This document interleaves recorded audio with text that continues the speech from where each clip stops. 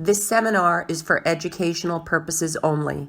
It is not a substitute for professional medical advice or treatment. Consult with your medical provider for medical advice or treatment. Although the presenters try to keep the information in this seminar as accurate and timely as possible, the speakers and Mather Hospital assume no duty to ensure the seminar is error-free.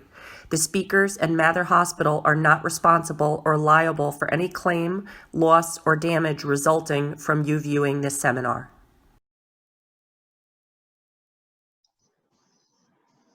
Good afternoon, and thank you for joining us today for our special breast cancer series during the month of October. This week's talk is on diagnosing breast cancer. My name is Christine Santini. I'm the Director of Marketing Communications at Mather Hospital. At any time during the presentation, please feel free to enter any questions you may have using the Q&A feature at the bottom of your screen. We will answer as many questions as we can within the time allotted once the presentation concludes. I'd like to introduce you to today's presenter, Dr. Amina Farouk. Amina Farouk is a resident physician and an inspiring breast radiologist. She received her medical degree from the Medical College of Georgia and completed her internship in Atlanta before moving to Long Island for her diagnostic radiology residency at SUNY Stony Brook and Mather Hospital. She is the Associate Manager of the RAD-AID International Breast Imaging Program, serves on the Newsletter Committee for the Society of Breast Imaging, and was nominated by the American College of Radiology to serve as the Radiology Resident Representative for the American Academy of Medical Colleges. She currently serves as the Vice President of the New York State Radiologic Society Resident and Fellows Section. Dr. Farouk. Thank you so much for having me today. Welcome everyone to today's session. We're going to be talking about diagnosing breast cancer, and I've divided this talk into two parts. One is to just kind of give you an overview, a little bit about why breast cancer happens, some facts, statistics, and we'll go over some risk factors, and then we'll delve in the second part into diagnosis. So next slide, please. Okay. Yep, we can continue. So we'll start with this first slide here. So breast cancer, it's like any other cancer. The way it develops is you take a healthy cell, and that healthy cell gets damaged. It can get damaged from a number of ways, you know, stressors, environmental, physical, and when the cell gets damaged, this causes an intrinsic mutation, and when that mutated cell starts to grow, it eventually grows into a mass, and when that mass becomes sizable enough, we detect it, and that's what's cancer. And depending on where it is in the body, that's how we define it. Colon cancer, breast cancer, ovarian cancer. So the concept is the same: damaged cell that grows and becomes a mass, and depending on where it is in the body, that's the type of cancer that you have. So, you know, just so you have an idea of how that happens. Next slide. So another thing is to just realize that breast cancer is very common. It's actually a major public health issue in the United States as well as all over the world. Specifically in the US, on average, 1 in every 8 women will develop breast cancer during their lifetime. At some point, I wanted to bring up an anecdote. My dad is a medical oncologist, and my mom was diagnosed with breast cancer when she was in her late 30s. And so this was, you know, no one in my family had breast cancer prior to this. And my mom actually had a very, very aggressive form of breast cancer, one of the most severe forms that my dad has seen in his entire practice as an oncologist. So this disease is real. It doesn't spare anyone, and you may or may not know this from personal experience, but I think it's important that we all understand that it is a public health issue, and at some point it may affect us or someone we know during the course of our life. So next slide. And then just a couple of more statistics.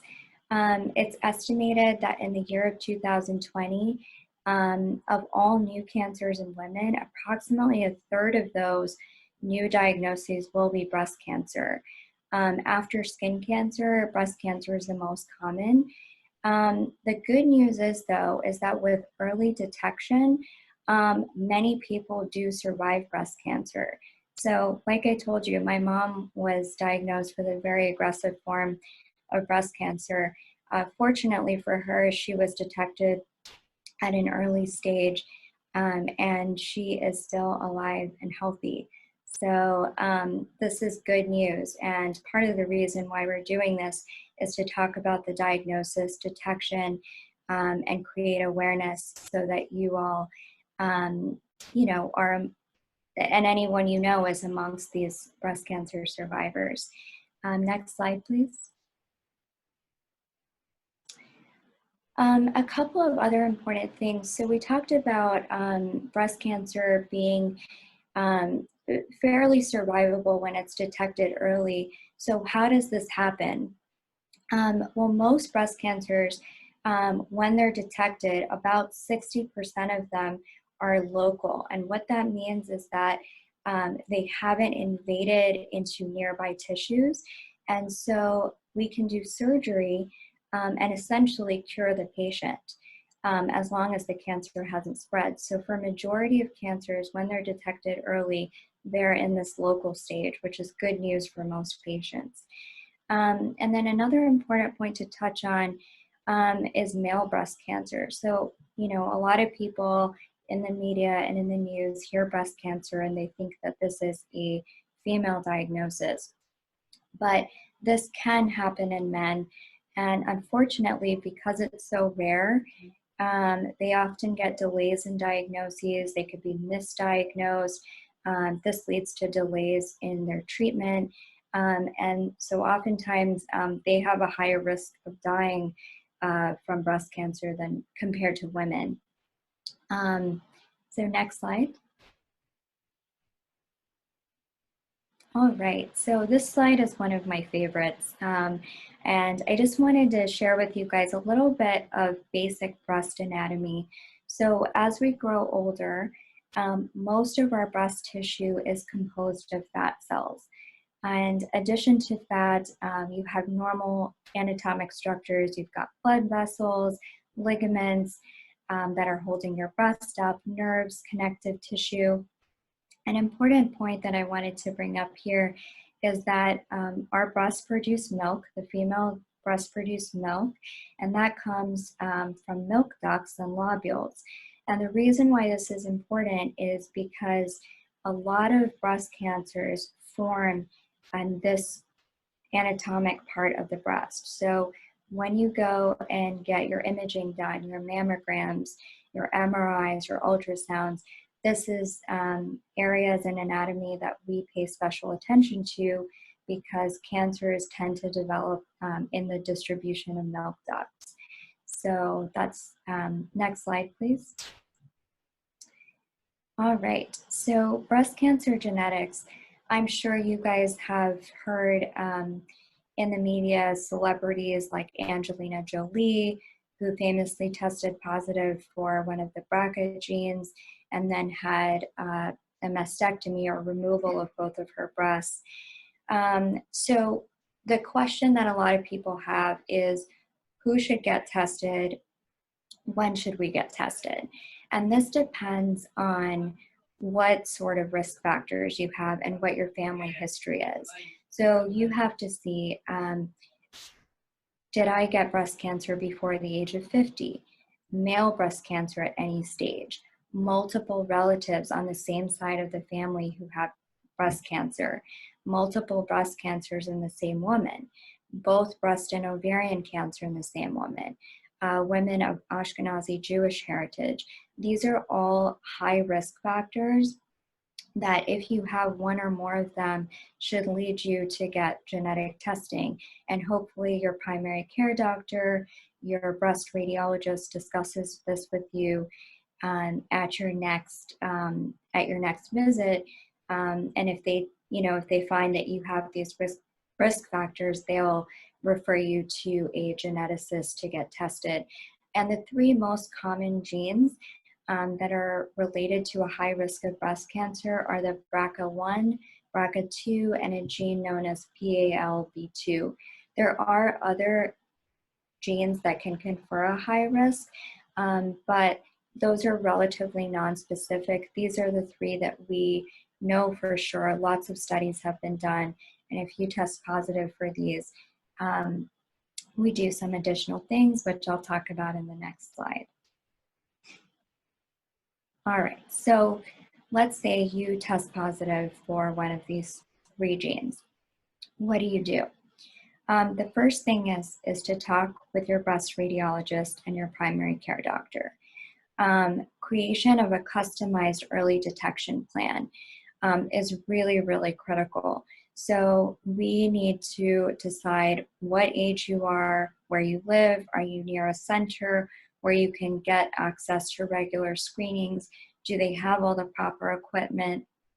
And typically, if you have this gene, you could have children, you could have siblings that are younger than you, or you may know of this gene when you're at a relatively young age, prior to the age of 40. And so we have to start screening you at that time. And oftentimes we will use MRI to screen these individuals, which is not typically used in a regular screening situation. We also discuss with these patients options for preventative surgery. Getting your breast removed is an option. It's not necessarily mandatory, but if someone's very high risk, very concerned, it's definitely an option that we want to bring up for them. And then the final thing is genetic counseling. If you're positive for one of these genes, we need to discuss this with other family members, your siblings, your parents, any children, your spouse. Everyone needs to be involved because they may also have this gene, and knowing that is important because then they can also create and work on doing these things like creating their own early detection plan and early screening. Next slide. Okay, so breast cancer symptoms. I think this is a fairly, a slide or a concept that a lot of people are uncertain about is, how can I tell? Is there any way to know if this is a breast cancer? The truth is that the majority of breast cancers are going to be asymptomatic. So you may have something and you just don't know it's there, and that's why screening is so essential. But there are instances where breast cancer can present with things like nipple discharge, abnormal thickening of the skin in your breast, change in the size of your breast. Normally, there is a little bit of asymmetry in the breast. One breast can be a little bit bigger than the other, and that's expected and normal. But if you see a significant change in the size of one breast over the other, that could be concerning. If you feel a mass, that's also could be a presenting sign. And then breast pain. Breast pain is probably the least common presentation of breast cancer. You can get breast pain for a variety of reasons: fibrocystic change, not wearing a proper supportive bra. Lots of other reasons can cause that. Not to say that it can't be associated with breast cancer, but that it's much less likely.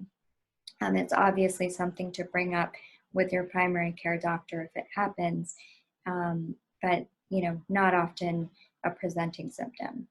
Next slide. Okay, so this brings us into part 2 of this talk, and we've gone over what cancer is, how it forms in the breast anatomy. We've talked about risk factors for breast cancer, genetics, and then we discussed what to do. So now I'm going to delve into what do we do to detect breast cancer? When you come in and your doctor says we need to start doing breast cancer screening, what does that mean? What do you expect? And what are we looking for as your breast radiologist and your breast physician? Next slide. Okay, so you all have probably heard of the term mammogram. And what a mammogram is essentially is it's an x-ray of your breast. That's simply what it is. You go in, you get a chest x-ray, you get an x-ray of your shoulder, your arm. It's the same thing, but we are looking at your breast tissue. And here I have a nice diagram. When you go in, we ask you to undress, give you a robe, and when you come into the room, your breast will be placed into this x-ray machine. So it's placed on top of a plate and it's compressed until we have it flattened out, so we've spread out all the breast tissue so we can see it and get a good look at all parts of the breast through the x-ray. So that's how it's done. And generally speaking, if you've had no high-risk genes, no risk factors, you do what's called a screening mammogram. These typically start at the age of 40. You'll come in and we'll get views of the breast, standard views, and if everything looks good, there's no suspicious findings, you come in next year for your annual screening, and that's it. You may have heard of this term, a diagnostic mammogram, and people often wonder, is this something different? Is it a different machine? It's the same machine, it's the same principle. The idea is a diagnostic mammogram is done for women who are referred by their doctors or themselves for a finding. So either they felt something, their doctor was concerned that they were having symptoms, some of the symptoms we talked about earlier, nipple discharge, skin thickening, change in size. And in that case, we do the same test, but we may take some additional views. So we may go back in and just get magnification views of that area of concern just to get a closer look. And that's simply the difference. It's the same technique, it's just getting additional imaging. So next slide. Okay, so 3D mammograms. This is also known as tomosynthesis. It's a big word, but essentially it just means 3D mammogram. And I would say most breast centers probably have this available in this day and age. If you're, in some area that's maybe a smaller hospital that has a smaller breast center, they may or may not have it. So it's always a good idea to call ahead of time and check, hey, do you guys do 3D mammography? Do you have tomosynthesis? Just to be sure. And the reason why we recommend this is because lots of studies have shown that using 3D mammography in addition to a regular mammogram helps improve the detection of breast cancer almost 30% more accurately than just doing a standard mammogram alone. So you don't want to take that risk that a small breast cancer can be missed. So it's always just a good idea to get the 3D mammogram as well. And, sometimes these breast cancers, I've seen them where they are just so subtle, and you look back on the 2D mammogram, you don't see anything, but as you're scrolling through the 3D, you start to see something that looks suspicious, and it's very helpful. So recommend that all patients try to go to the center where they have this available. Next slide. All right, so what do you do if your mammogram is abnormal? The next, and before you guys have probably seen or maybe even experienced an ultrasound that they do on pregnant women, right? To see the baby, you get what's called an ultrasound, and they use a probe. They put gel. In this case, instead of on the belly, they put it on the breast. They use sound waves to look more closely at that tissue and determine if there's an abnormality, what's the size of the abnormality, are there any additional abnormalities. Sometimes when you have one breast cancer, you can have adjacent smaller breast cancers. That's not unheard of, so it's always a good idea to look all around the breast for that. Another thing is dense breasts. So I'll tell you a personal story here. When I was in medical school a few years ago, my husband felt a mass in my breast. And because of my mom's history, we decided to go get it checked out. My physician sent me to a breast radiologist, and they did a mammogram first, and my breasts were very dense. And dense breasts are basically where all of your tissue looks very white. So it's very, very difficult to pick up breast cancers, which also look white. And so they referred me to get an ultrasound. And on ultrasound, you could see tiny little masses all over my breasts. They ended up being benign, thankfully. But this was a great example of how breast ultrasound can pick up on things that you may not see on a mammogram. Generally, if you're older and most of your breast has been replaced by fat, you can see more clearly. But sometimes you may still have dense breasts even as you get older. And dense breasts are a risk factor for breast cancer. So it's important that in those cases we use ultrasound as well. So it becomes a useful tool for us in detection of breast cancer and also evaluation of an abnormality seen on a mammogram. Next slide. All right, so the last thing that we're going to talk about is breast MRI. So if you have ever had a CT scan, an MRI of your brain, you might remember lying down flat, and you go inside this circular tube, and they pull you in, they pull you out, and they're scanning, and they get images, and essentially there's a huge magnet in here, and this takes pictures and gives us information about what sort of pathology or any abnormality that's inside the breast. And we use this in three main situations. So if we do the mammogram, we do the ultrasound, and we're still not sure, is this cancer, is this not cancer, we get a breast MRI. And typically this is helpful and a good test to really evaluate that.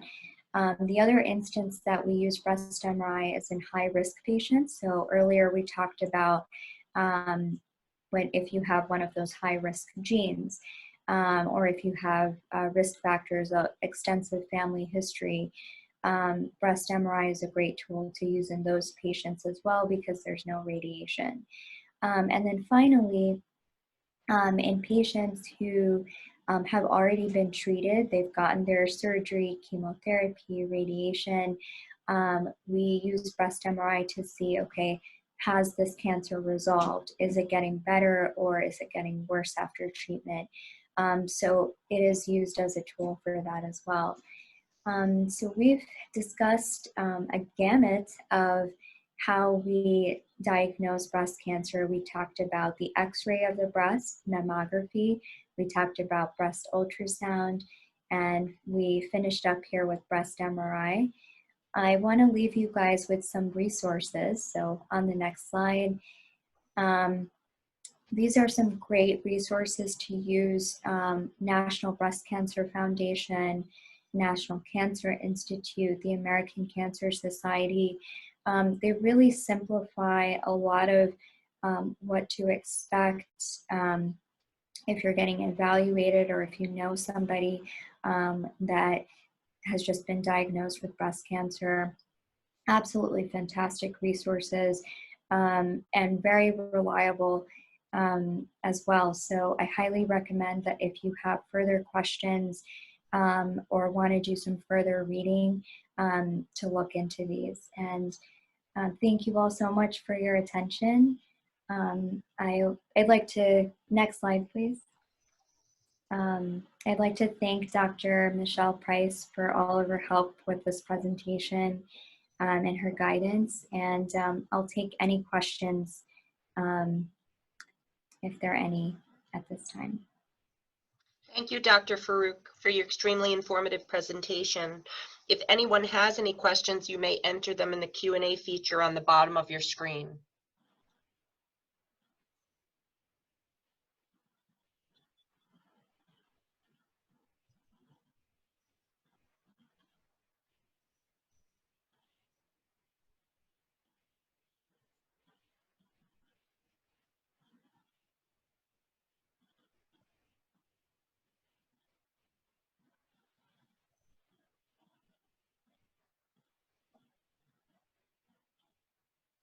We can give it another minute. Sure, no problem.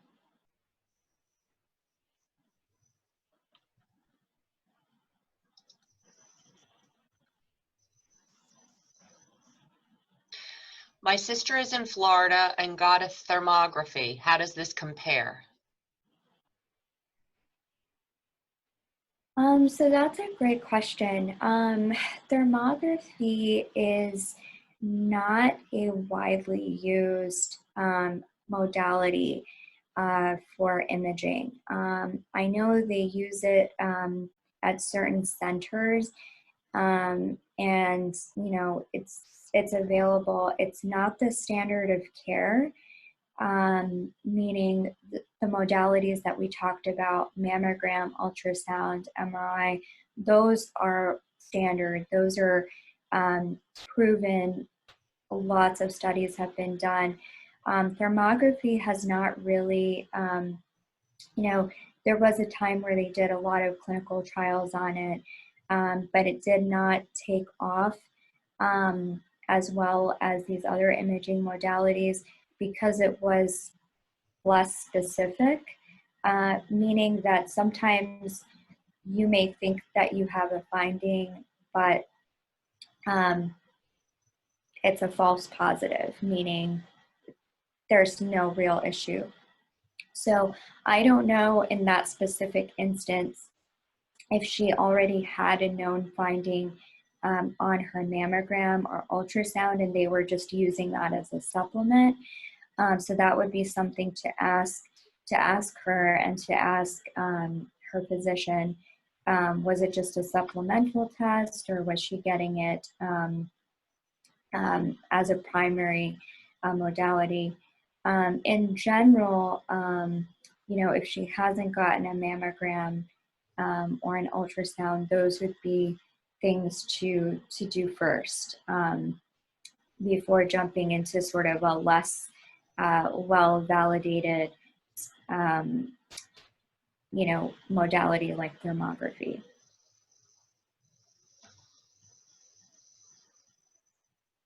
I hope that answers your question.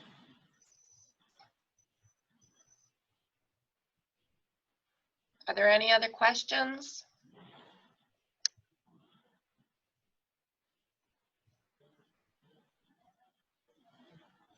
She said it did answer her question. Thank you. Okay, fantastic.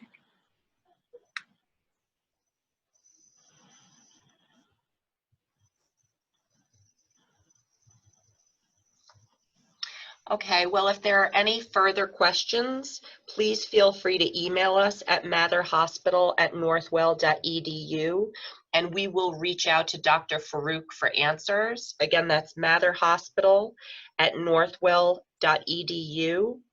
This webinar is being recorded and will be available on our website at matherhospital.org/HealthyU, and that's U as in university.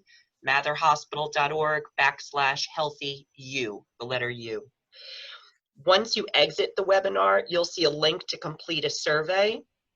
If you wouldn't mind completing that brief survey, your feedback is extremely important to us.